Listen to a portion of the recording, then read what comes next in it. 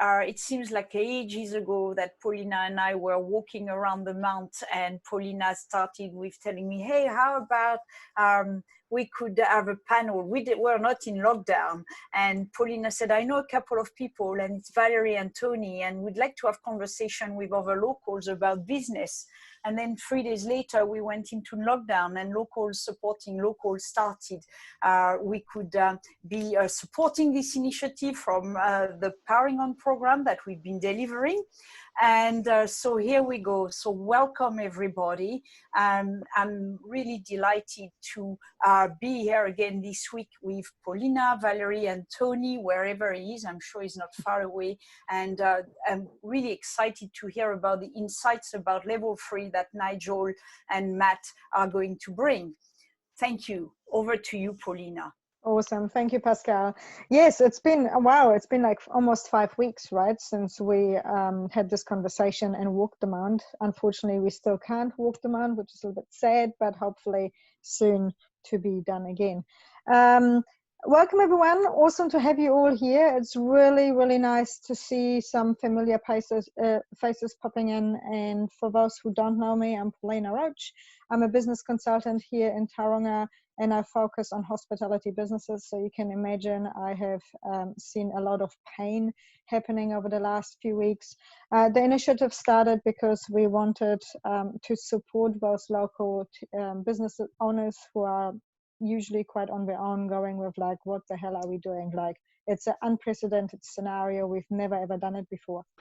And Valerie and Tony have kindly joined me to help me be of service and support to the local community. Today, however, it's not about me or Valerie or Tony, it's about Nigel and Matt. I'm really excited to have both of them here.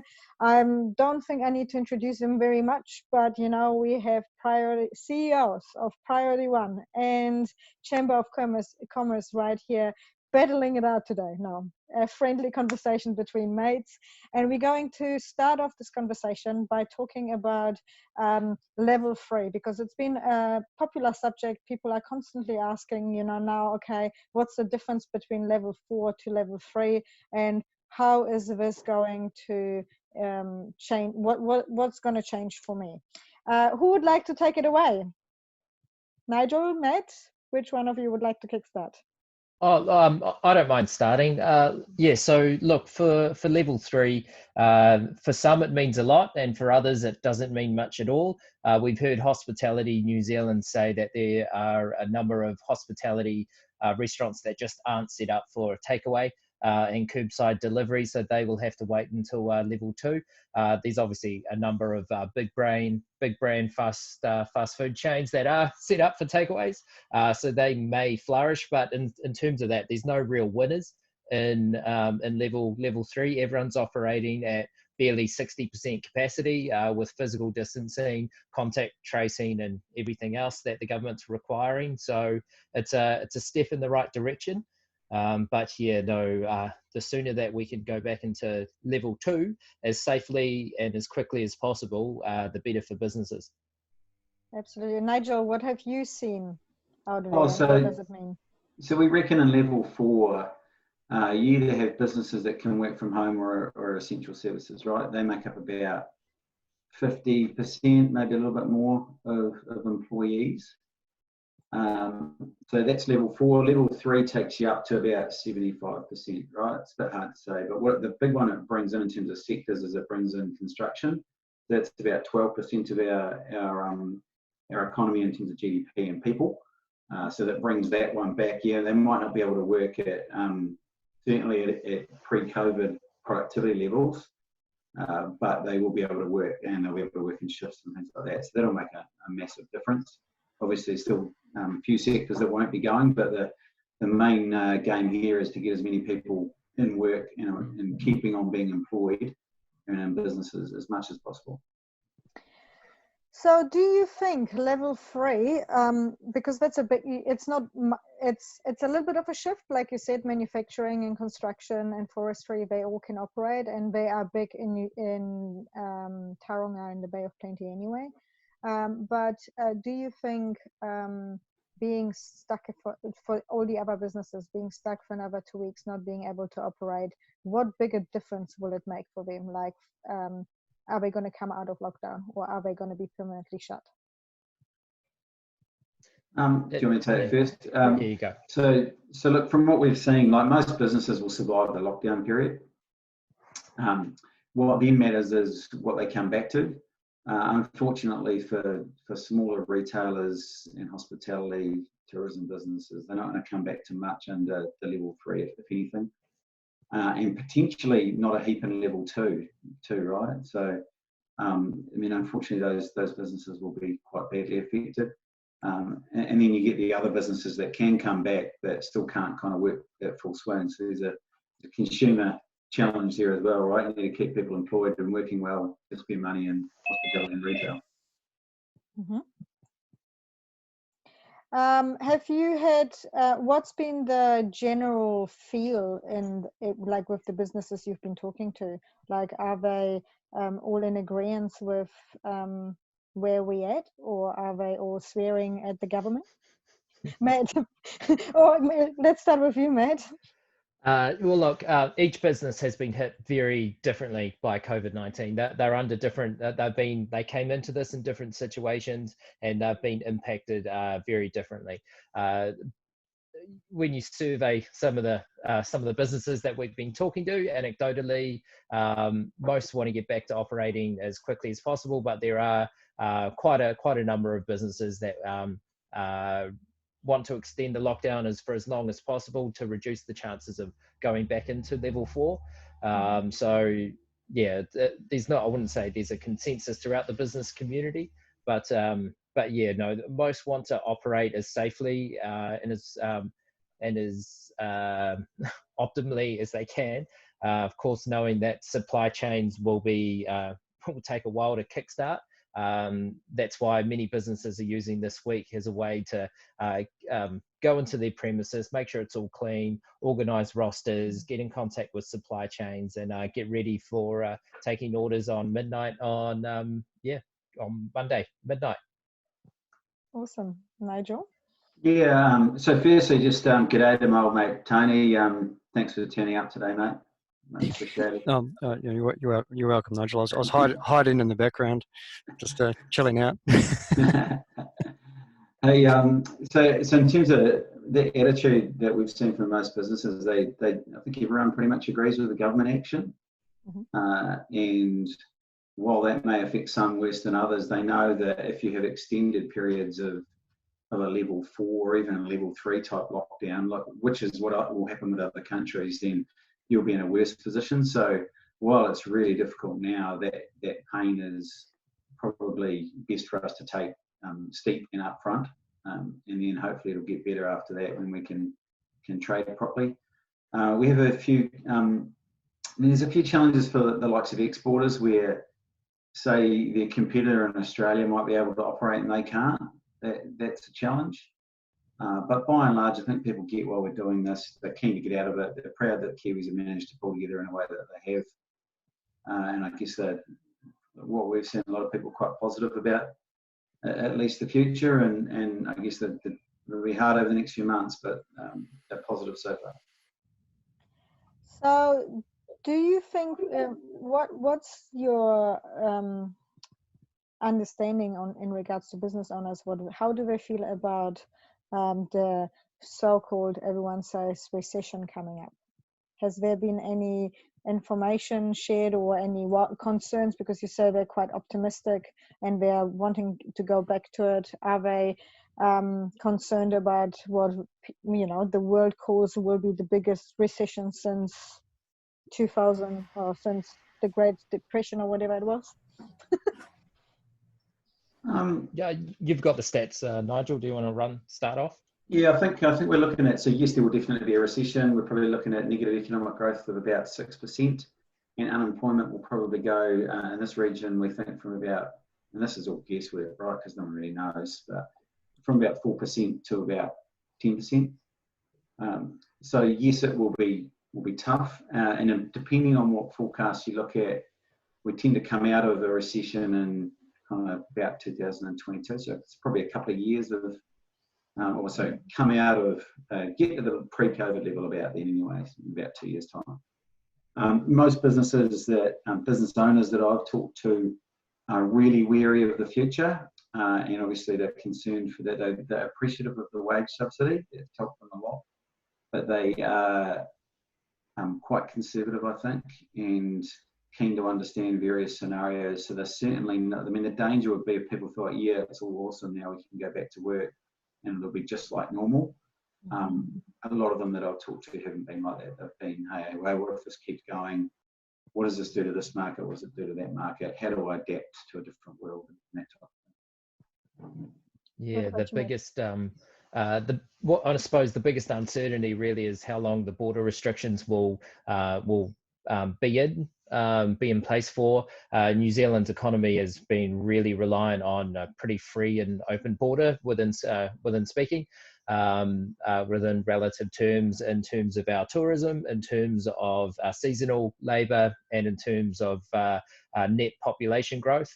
A big part of our construction sector is based on high net migration, and we've benefited, and that's what really pulled us out of the GFC. But I'd say for the next 2 years, we're going to have to adjust to be a bit more self-resilient. I'd say there could be a few Kiwis that come back home, expats that come back home, but by and large, we're going to have to really innovate, and our reliance on even seasonal labour and tourism will need to adjust, particularly to using domestic labour supply and domestic tourists. And I think the agility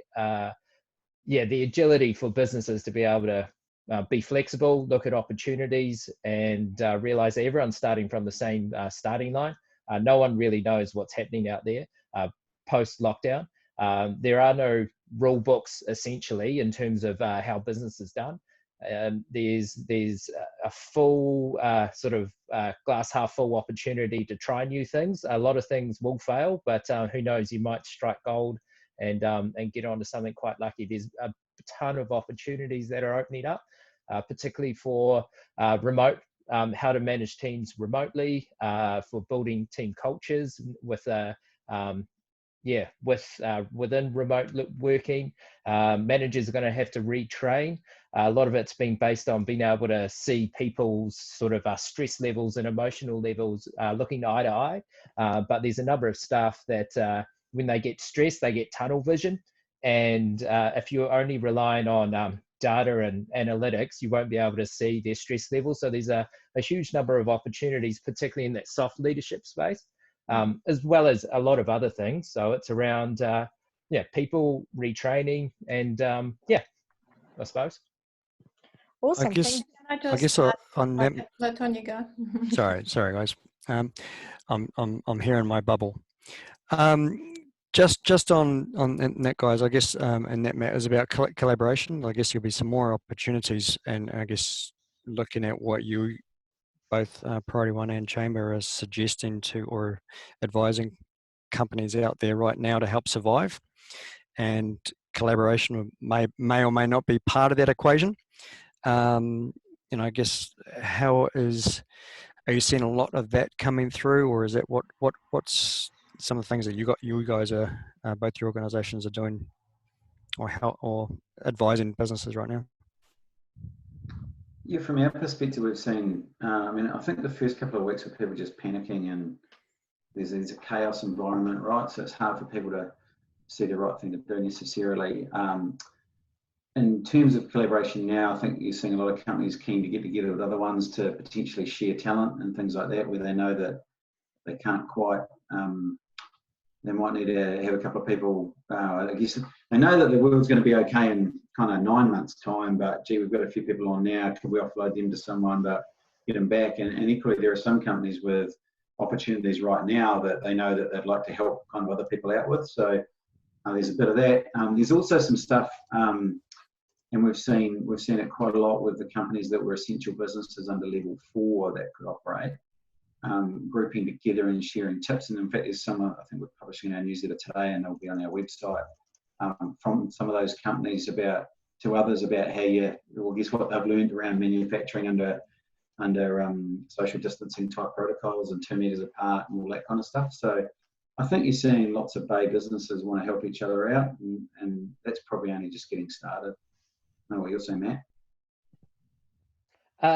Yeah, so in terms of partnerships, it's really important that businesses realize that they can't do this on their own. There's a huge number of mentoring programs. I know it's the Kiwi mentality of, look, I'll just dig deep, entrench, and work hard and get my way out of this, when just given how much uncertainty that is out there, no one can know everything and no one can be an expert across everything. There are a lot of resources out there available for people, both government funded as well as a lot of private people. So you need a partner, not only for expert advice, but also in terms of particularly, say, in tourism, a nice way of making it simpler for customers, instead of competing with local providers, being able to package up deals for accommodation, for food, for entertainment, and even transport.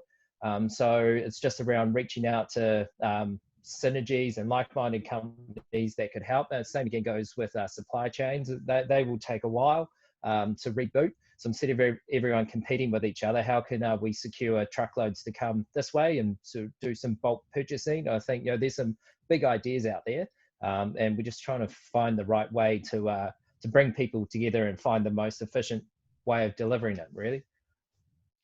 I know you guys are doing some work with Tourism Bay Plenty as well, and do you think domestic tourism is going to play a big part in the future? And I know we're going straight into the tourism element, but because a couple of comments from attendees today about New Zealand could be the safe haven in the world, where people do want to come back and live, expats, as you said, Matt, as well as people want to come because we might be out of COVID pretty quickly, compared to other people in the world. So, how is the tourism space, and do you find that's going to be an impact in the future? You want to go?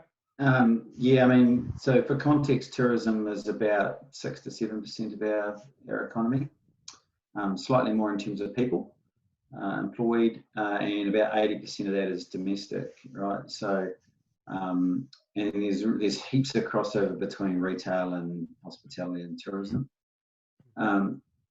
We bloody well need domestic tourism to be working well, because we're going to be, I mean, international's not going to happen until there's a vaccine. Even then, I doubt. Not that cruise ships are a large kind of value proportion, but that won't happen for a while following that. So we really need this kind of travel in your own backyard, and I guess encourage our traditional domestic tourism markets from kind of Waikato and Auckland to begin here and enjoy themselves as much as possible.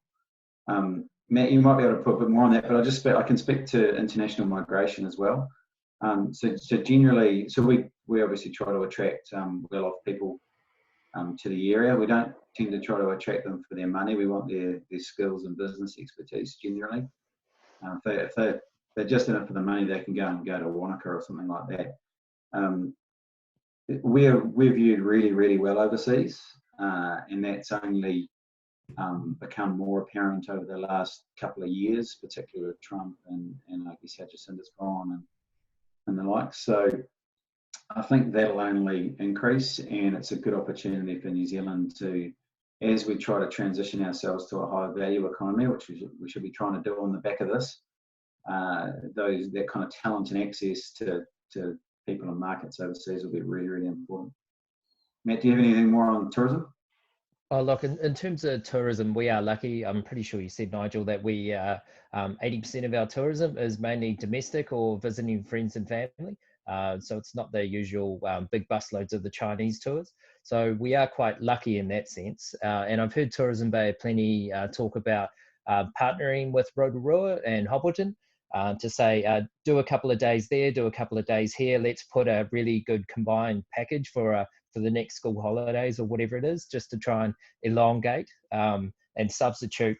Instead of families going over to Fiji or Bali, how can they get a lot of variety in the wider Bay of Plenty region? So, yeah. And luckily, we live in a beautiful country, right? So it's like going to Fiji or going to Mount Maunganui. You know, I keep arguing in every one of my panels, international and national, that I live in the best place in the world, right? I just wanted to share a few questions which have been coming up here. So Adam, I was wondering if maybe you have some information on this. Do you know how many contracts or projects in the wider Bay of Plenty have been put on hold or cancelled? What has been your experience so far? I'm not aware on the details. I'd say the dust would still be settling on that. Nigel might have a bit of a suggestion. Yeah, we haven't heard of any contracts axed or anything like that. Certainly what we've seen from the government is they're more likely to accelerate things where they were going to spend anyway. So I haven't heard too much I haven't heard of anything significant that's been stopped anyway. Awesome. Another question was to Nigel. What percentage of Tauranga businesses are small trades related, like motor trade, constructions, etc.? Might these be reasonably recession-proof in post-COVID Tauranga? Oh, that's a little bit tough, Gordy, because it doesn't line up to my Infometrics data sources. But if I were to take a guess, and it reasonably educated guess, it'd be 20 to 25% of our, I guess, our working population would be in some kind of trade or area like that. Most of those are small businesses, so about 80% of our businesses are under 10 people in terms of staffing. Mm-hmm. The recession-proof ability of those businesses really is whether you can survive now, which depends on your balance sheet and the amount of overheads you've got and what market you come back to. But I would have thought construction should be relatively okay. That solely depends on the amount of government stimulus. And the rest of the trades like automotive and all of that should be fine. People still need to service their cars and the like. So distribution around trucking and all that will still keep going. Yeah, I note particularly around the trucking, listening to Nick Leggett, who's the chief exec of the New Zealand Road Transport Association, saying that you would think that the trucking industry is doing pretty well at the moment, but it's because their routes are only full one way most of the time. So that means most of them are running at a loss, even with government subsidies. So it's just the whole logistics isn't fully efficient, and with margins being super thin, it'll take a while for those supply chains to really kick up. Mm-hmm. Awesome.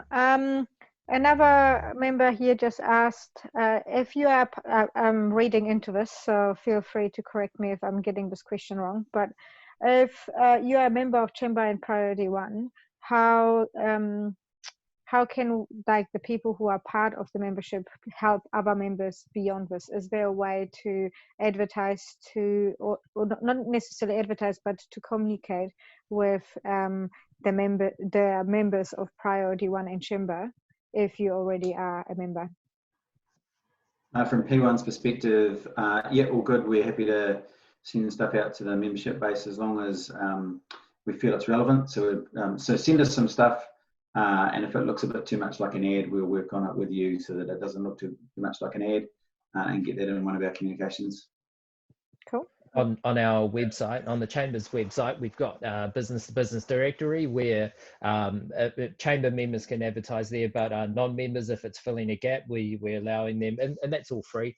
But in our newsletter, yeah, similar to Nigel, as long as it's adding value, rather than a sales pitch, if it's something unique, yeah, we'll happy to include that. At the moment, we're not running our paid member-to-member promotions. It's just on hold, so we're just trying to get content out there that's relevant.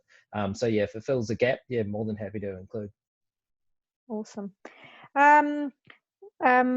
Adam asked, what do you think about lower car sales for the next year? But I think I want to extend this question a little bit. It's like, do you think we're going to see in some of the industries like manufacturing or car sales, or even like hospitality, do you think we're going to see a price increase or decrease post-COVID? And if you don't know, what would be your opinion? I would. You look like you're about to speak, Nigel. No, I'm just trying to comprehend an answer. Where you go, now can I think of something? Okay. Okay. Look, generically, I would say that there's a lot of people that are quite keen to get out of their bubbles and spend a bit of money, go buy a couple of coffees, go get some takeaways.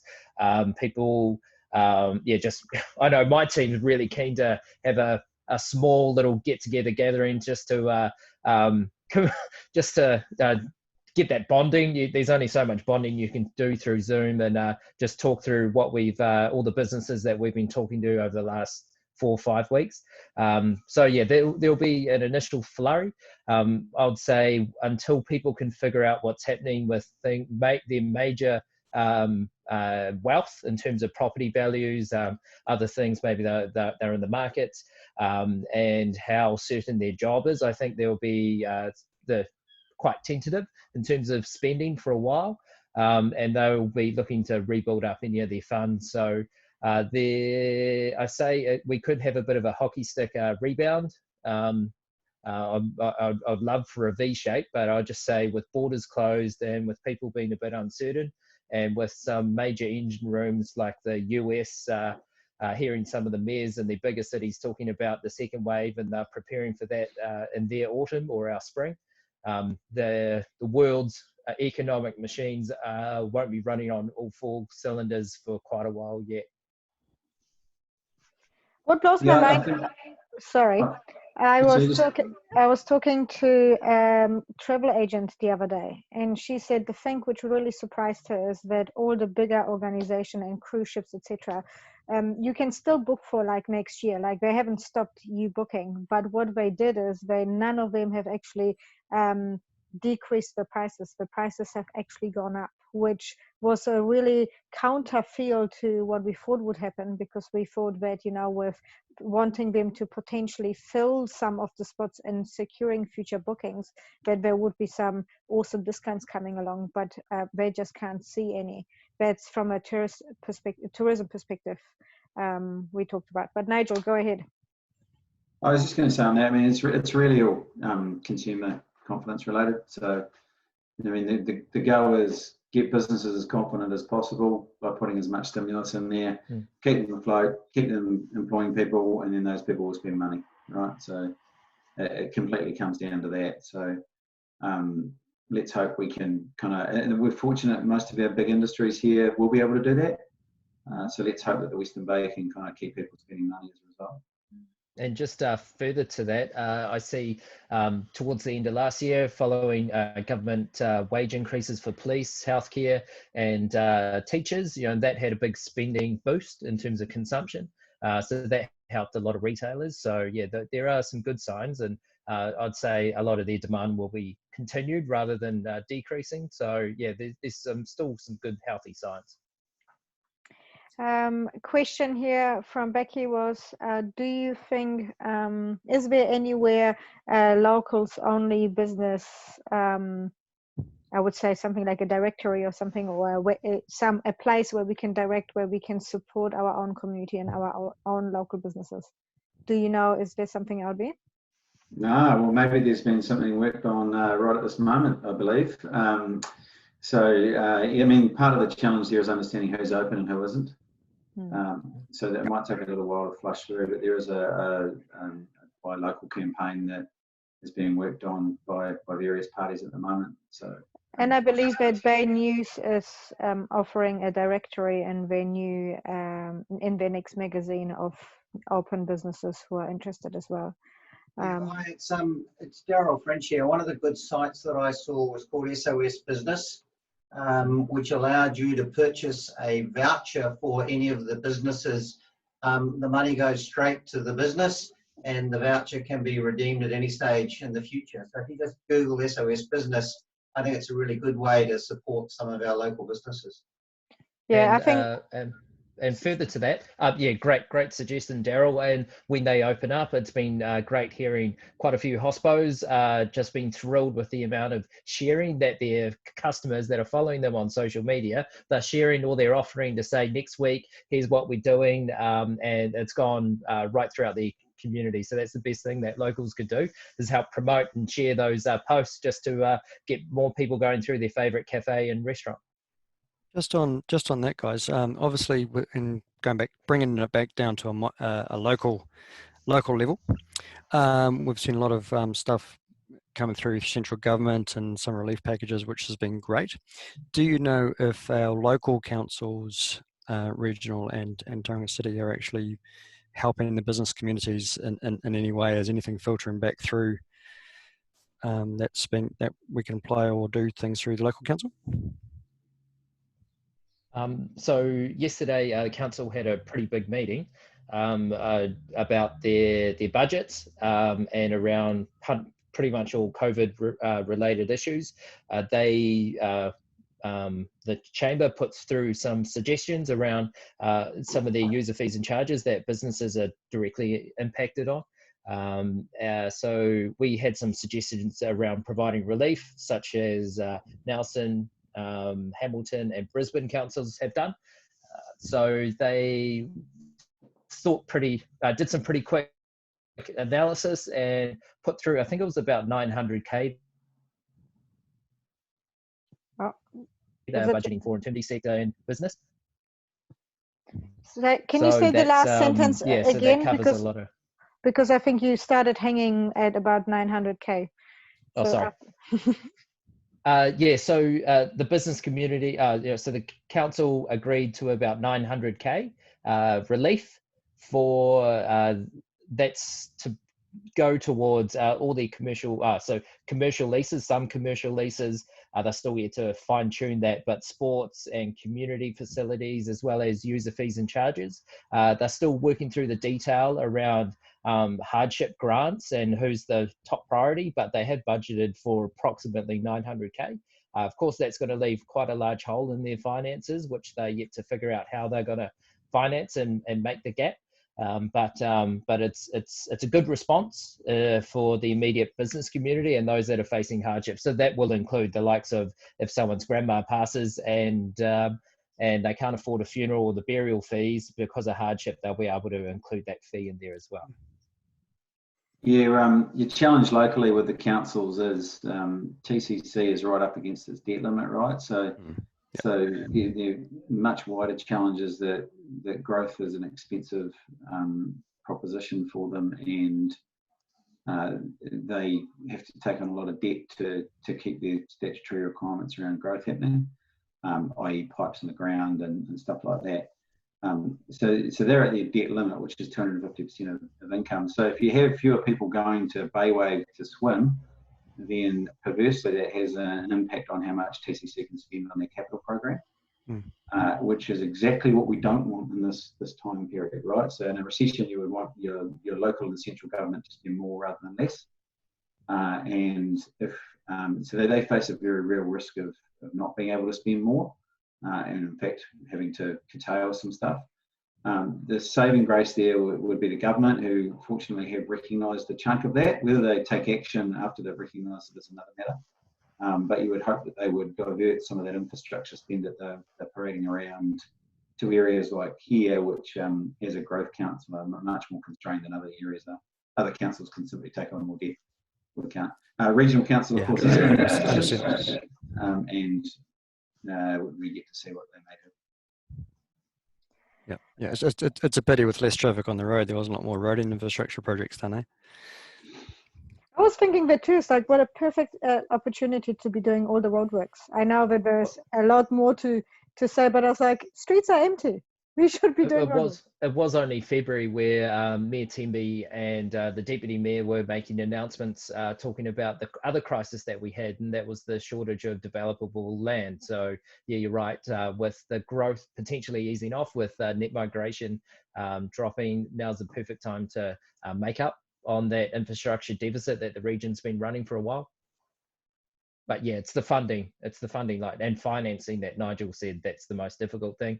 But saying that, there is some quite a lot of wealth in terms of institutions. It's been discussed at a smart growth level, back in 2010, around how can we use the community wealth in terms of providing a return on them that is secured by ratepayers, because councils don't go bankrupt because they can just put the rates up. So it's pretty low risk. But how can you use that wealth to pay for some community assets and keep that money back in the region? Do you think from that there's going to be more of a, this is going back to probably Gordy's questions around a sociocentric economy with people helping each other, kind of the donut model, for example? I mean, if it was up to me, I'd put all the stimulus into social housing. It would help out a construction sector, which, as Matt says, will struggle through that lower population growth that we'll likely see. But it also solve our housing and rental affordability problems at exactly the same time. So that would be perfect. But I think, yeah, there's a good chance. I think you don't go back to normal, right? You go back to a better normal, and how good that is will depend on what actions we take from here. But I would hope certainly we can do a better job in the social and environmental fronts and take some bold action now to do a better job there, and then that might solve some problems for us in the future as well. There's been some interesting lectures and speakers overseas talking about even though you've seen pretty clear skies and satellite photos of less pollution around, because everyone's facing this economic crisis, everyone sort of goes back to a slightly more, well, the majority go more into more of a personal, almost self-centered approach where they're just in survival. So that's probably a step forward, but also a step back at the same time in terms of the climate change awareness and steps, while the government just focuses on stimulus. Yeah. Well, that's our real worry, right? Is that the stimulus comes out as a bunch of roads, right? And that's, I guess, anything's better than nothing, but like a whole bunch of roads won't actually do us that much good economically. You need to be investing in kind of projects around carbon neutrality and water and things like that. So if anyone's not seen it, Rod Drury wrote an awesome article on Newsroom last week. Just Google it, but it's some really, it's the kind of thinking that we need on the way out of this recession to transform us a bit. Awesome. Is non-essential e-commerce allowed at level 3? Adam Yes. asked this question. Yes, as long providing it is contactless. Yeah, so level 3 isn't level 4 with KFC. It's KFC plus some tradies plus e-commerce. Pretty much. Yeah, just make sure that you've got PPE for staff, you've got physical distancing with everyone, you cleaning regularly, and you can contact trace suppliers and customers. Those are the main health and safety issues. But from what I heard this morning with a lot of retailers or hospo down on the Strand, good luck trying to get some PPE at the moment. It's in short supply. So I think there's some smarter minds, smarter than me, that trying to access, hopefully some PPE supply chains for the wider region. So one more question in here, and forgive me guys if I have missed any because there's so many of them coming through, but Pascal just asked, are the Chamber of Commerce and Priority 1 in a position to work possible scenarios post COVID-19, if you haven't done so, for our region, to help our local businesses envision what it would look like for them, and then perhaps be in a better position to ask for help from all those amazing offerings both companies have? Yeah, so we're looking at some economics. So we're just getting some economic stuff modeled now, as far as it relates to key sectors, their outlook, and the workforce. And you will definitely be running scenarios on that. The biggest one is whether you, instead of enter a hockey stick U or V-shaped economy, you do a W instead. So yeah, we'll definitely be doing that, and we'd be happy to make any of that information public. Awesome. Now share with us what are, for Priority 1 and the Chamber of Commerce, what are some of the tools you guys are offering to business owners right now to help with what they're going through? So the Chamber of Commerce, we're quite lucky that we, for the last several years, we've run the Regional Business Partnership. It's a government branded partnership because it's run through New Zealand Trade and Enterprise, so that's why it's got a pretty lame name. But it's actually quite an asset for the region. Every region has this, and it's the Chambers of Commerce because we're quite close to a number of businesses. we are able to, businesses come to us with an issue. Our business advisor validates, yes, that is an issue. It's usually a pretty quick process. And then we connect government funding to meet with a local professional. That could be for cash flow issues, that could be for HR restructuring, could be for marketing, could be for e-commerce, or a number of different reasons. So the money doesn't go to the business, it goes to the provider, but at least that business is able to receive those services. It's usually at 50% discount, but for COVID-19, it's now 100% discount. We've had hundreds of businesses across the Bay of Plenty contact us. So if anyone's listening from Whakatane or Eastern Bay and Rotorua, contact your local chamber there, because we're running this in partnership with them. Yeah, just to get in touch really, because you will be connected with local experts. Awesome. Nigel? Yeah, thoroughly agree with that. So if anyone needs advice, then the Regional Business Partner Program's excellent, and get into it. And come and see us if you need connection to other businesses or things like that, or a bit of advice in terms of what other people are doing.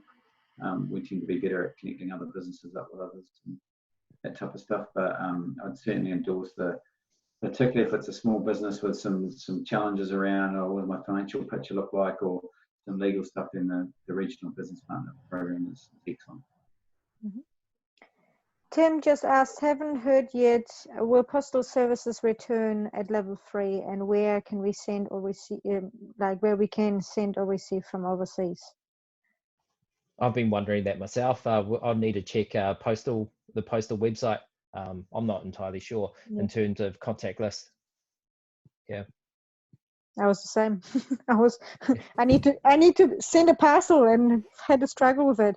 Mail is still happening. I think the postal service is going to be one of those businesses post COVID-19 that's going to need more space, and with more and more people potentially staying from home, ordering more, delivery is going to be more, especially from overseas once they do get up and running. So don't be surprised if you see a massive new postal warehouse pop out of the ground somewhere. Contact tracing, I think Matt, you mentioned this before in regards to PPE and contact tracing. You shared that we had to know where our customers, where they are, and our staff. Does this mean recording names and addresses for each customer and phone numbers, or how do you contact trace some of your customers, especially in the retail space, right?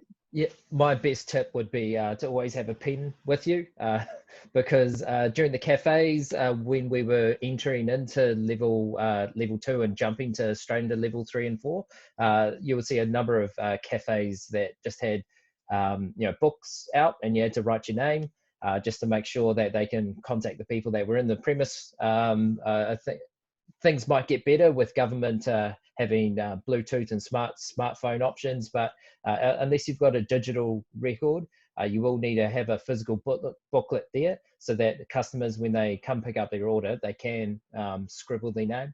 But yeah, very, very strongly suggest you carry a pen on you from now on. I actually agree with you, Matt, because when we went in from level 2 onwards, before we went into level 4, what really surprised me is they had one pen, and then they're fill in your contact details, and I'm like, this is the contact where the virus is sitting on your pen for me to fill in, or thank you for giving me that virus, right? Or even when you go into the tablets, right, and entering your emails, it's your tablet surface is what might give me the virus in the first place. So 100% carry a pen. Best tip. Imagine the queues to Macca's, for example, if it takes time not just to give the food away, but also pick up the details of the person. Yeah. Drive-through in the Mount. Has anyone called traffic control to ask them how they're going to control the queues of cars waiting to go through drive-through on Tuesday? I hope they buy, instead of Macca's, they buy from their local person that might sell a burger that actually owns a business in this area instead. If it's open, I 100% agree, but this is the thing, right? Unfortunately, our smaller hospitality businesses haven't got the some of the options around takeaways or drive-throughs as the bigger outlets have. So Can I fast just food. Yeah, go Pascal.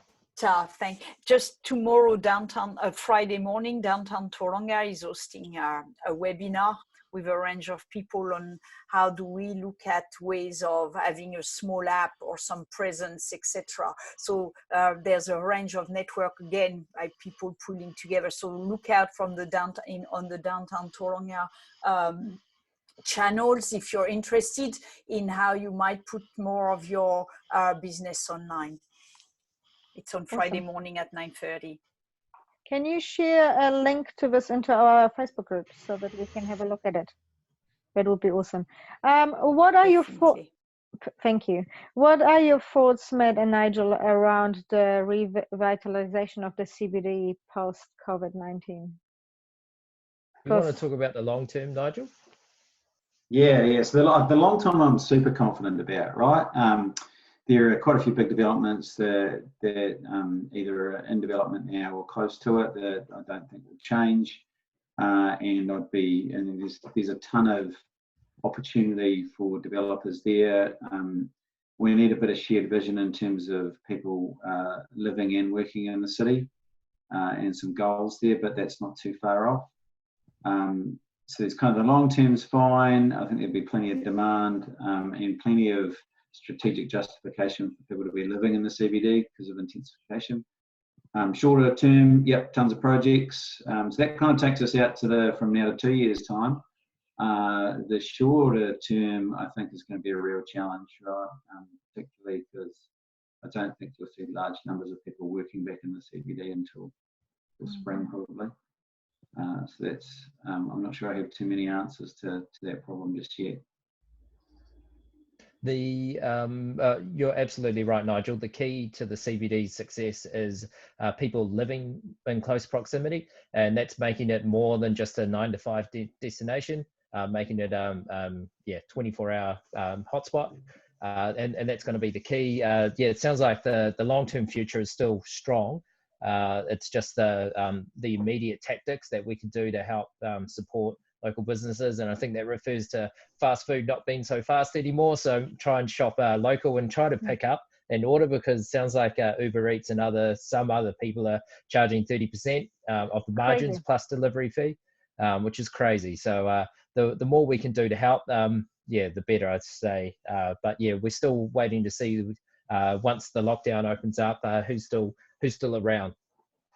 A good point around the Uber Eats. I just want to add a little bit to it. Like Uber Eats charges between 30 and 35% for their pickup to the local business.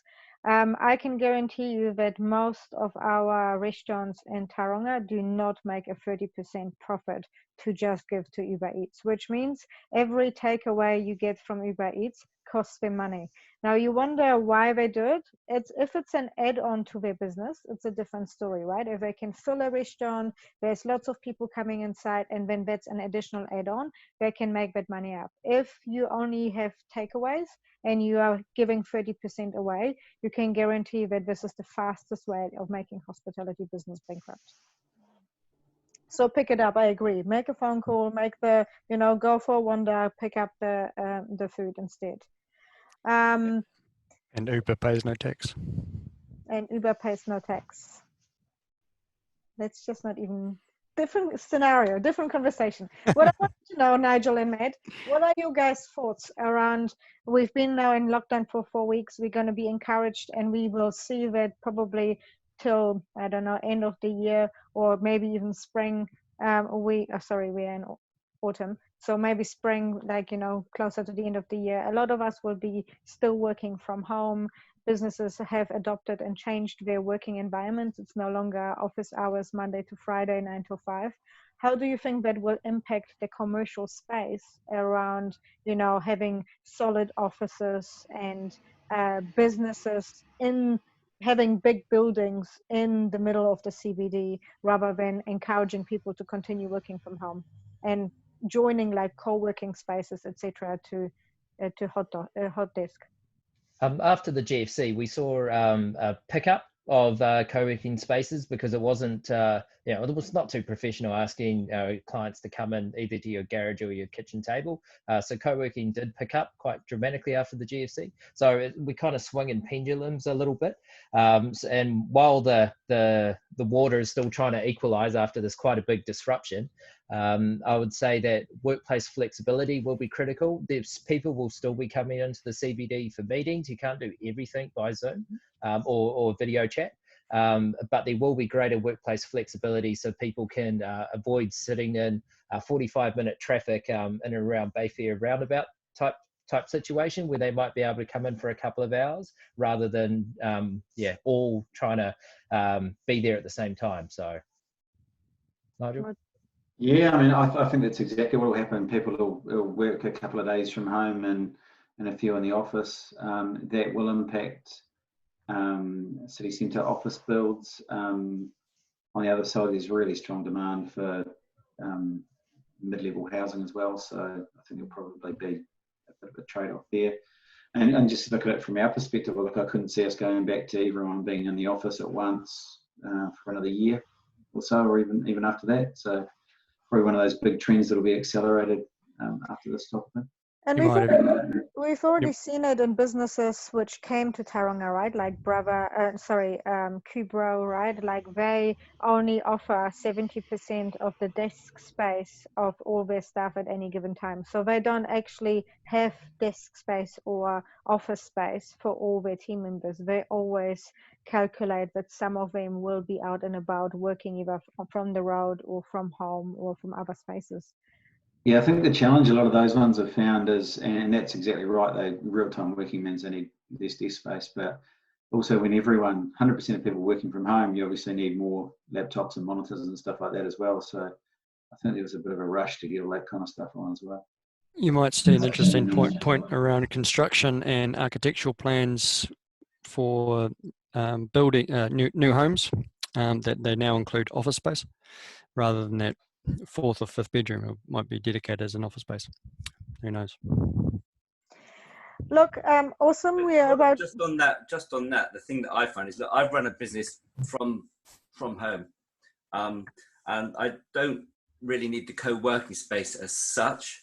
But what I do need is quality meeting space. There's nowhere I can go. I forgot. I was going to see the example of the bank at about 13th Avenue upstairs. They got this area with these glass rooms, and it's all beautiful, and it's quality meeting space. And I've tried the Tauranga Club, but you're in an open plan. They haven't got any closed spaces. There's nowhere really here that if you want to have a beat, that if you're working in an agile, modern way, you don't need to be having a co-working space because I work by myself and I have a team working different places. There's nowhere for me to have a good meeting, a quality meeting space like they have at that bank on 14th Avenue. What size do you usually look at, Adam? Sorry? What size do you usually look at? What, rooms? Yeah.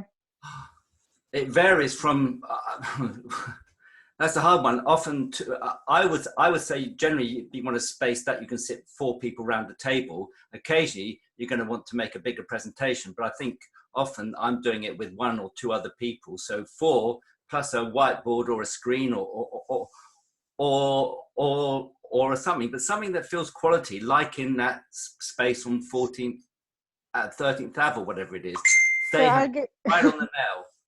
So I'll give you a pitch here because we have the collective here, Gordon and the base station, and we have Shared and Z. They're all shared spaces which have also quality meeting rooms you can hire by the hour to go and have meetings, and they have all the facilities like all 3 of our spaces have everything you need in there, including the desk and the chairs or the comfy couches or the TV to streamline your presentation, etc. So just throwing it out there, is actually. But I thought you had to have a desk and a co-working space and all the other bits, and I don't need any of that. I literally just want to have a space when I want to have a nice meeting with someone that I've got a quality place. So No, a here lot you of, go for all three of you. I'm just going to say your marketing isn't right if Mhm. Adam doesn't understand I that you was can going to order say it. that there's a communication problem here. Thank you. And something apparently, something else to put on the list. I love it. There were three shaking heads there. No, we don't. yeah. well, exactly. That's what I was going to say, Cordy. Well, So, thank you. Thank And you. Matt, Nigel, I think is there a way for the you know, we're looking at proactive recovery and triage phases and stages ramping up as we come through level 3, level 2, level 1. What are the what are you guys and your organisations? How are you managing your teams? What are you guys going to be looking at coming out of the different phases, and what should we be looking at from businesses or the local economy to, and how can you guys in a combination and individually kind of say to businesses as we go through different phases to get back into normality? Just a quick summary, I guess. So you're talking about a recovery plan? Yep. Yeah, okay. I can speak a bit to that, and Matt can chip in as well. So we're in the throes of kind of getting a recovery plan together now. So it's fair to say we're probably ahead of pretty much most regions in New Zealand as far as that goes. I tend to see this type of thing in 3 phases, right? So you've got an initial kind of chaos and triage phase where you shut everything down. Some businesses can't cope. You need to get the government everyone clear on the government wage subsidy and things like that, and that type of stuff. We're out of that phase now, kind of largely. We're now into the, okay, well, how do we get back to a stable business environment stage? So that's kind of a recovery phase. And then later on from that is a rebuild phase where we say, okay, well, how do we make our economy and business environment better than it was before? And how do we include high value jobs and innovation and better environmental and social outcomes and stuff like that. So those are the 3 phases. In terms of the first phase, really there are 3 bits that are really important to us. So the first one is the government spend, either local or national, because they're kind of interlinked anyway, particularly the TCC situation. The key for that is to get that to the economically valuable and fast projects. That is not that easy, particularly when a government puts out a call to councils who obviously give them roads, and you get some challenges there, but we've got to get that moving. The second part is around enabling businesses to do more stuff, and I guess to more take the good bits that they're doing and try to accelerate those, or to try and get businesses working in a local area better so that fewer go out of business really, or more have larger markets. A big part of that also is getting regulatory authorities on board to fast track stuff too. So we know tons of businesses that have projects that don't want to wait 2 years to go through an RMA process to get it done when it's relatively obvious, right? So we need a way of fast tracking that. Third part is around talent. You'll have a bunch of people displaced out of certain areas and that need to go into other areas. And the key is identifying those early and then working with employers and training institutions to make sure that you have the right skill provision there. So those are kind of the 3 areas. The bit that binds that all together is some way to execute it, right? So at regional level in New Zealand, really is the strategy wrong.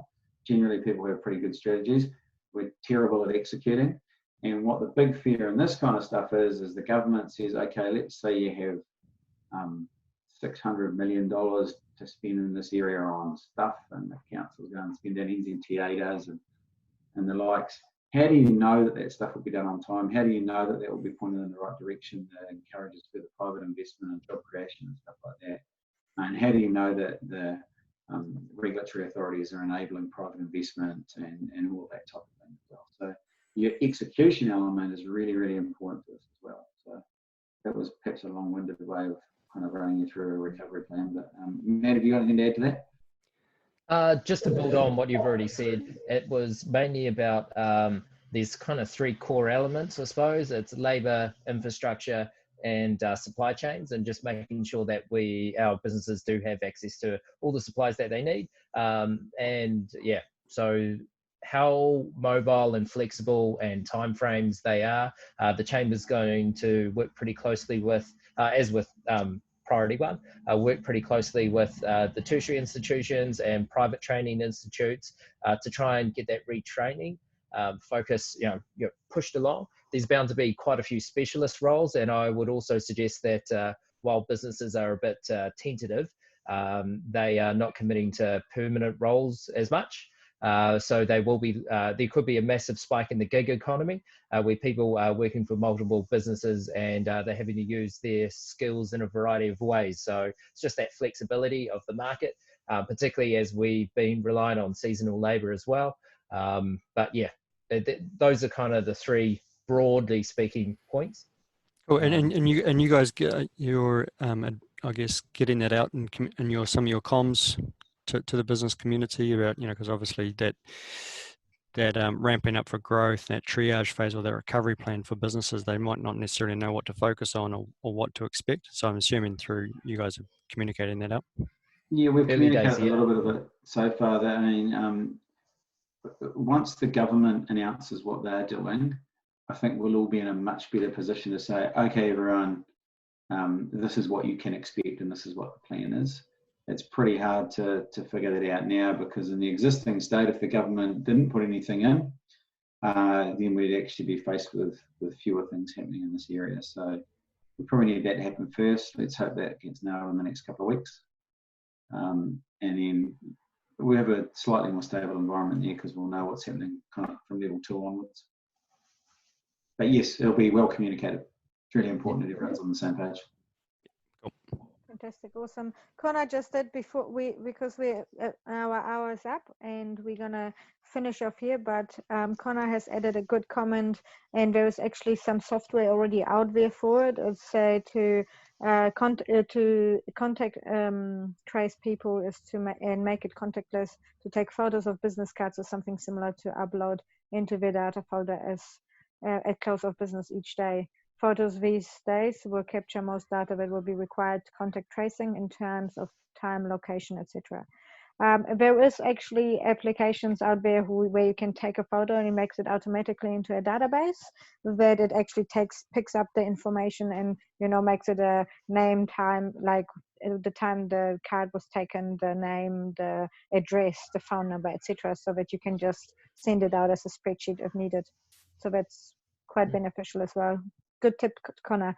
Nigel, Matt, thank you so much for your time. We really appreciate you answering all those questions and sharing your views with us. We really appreciate it.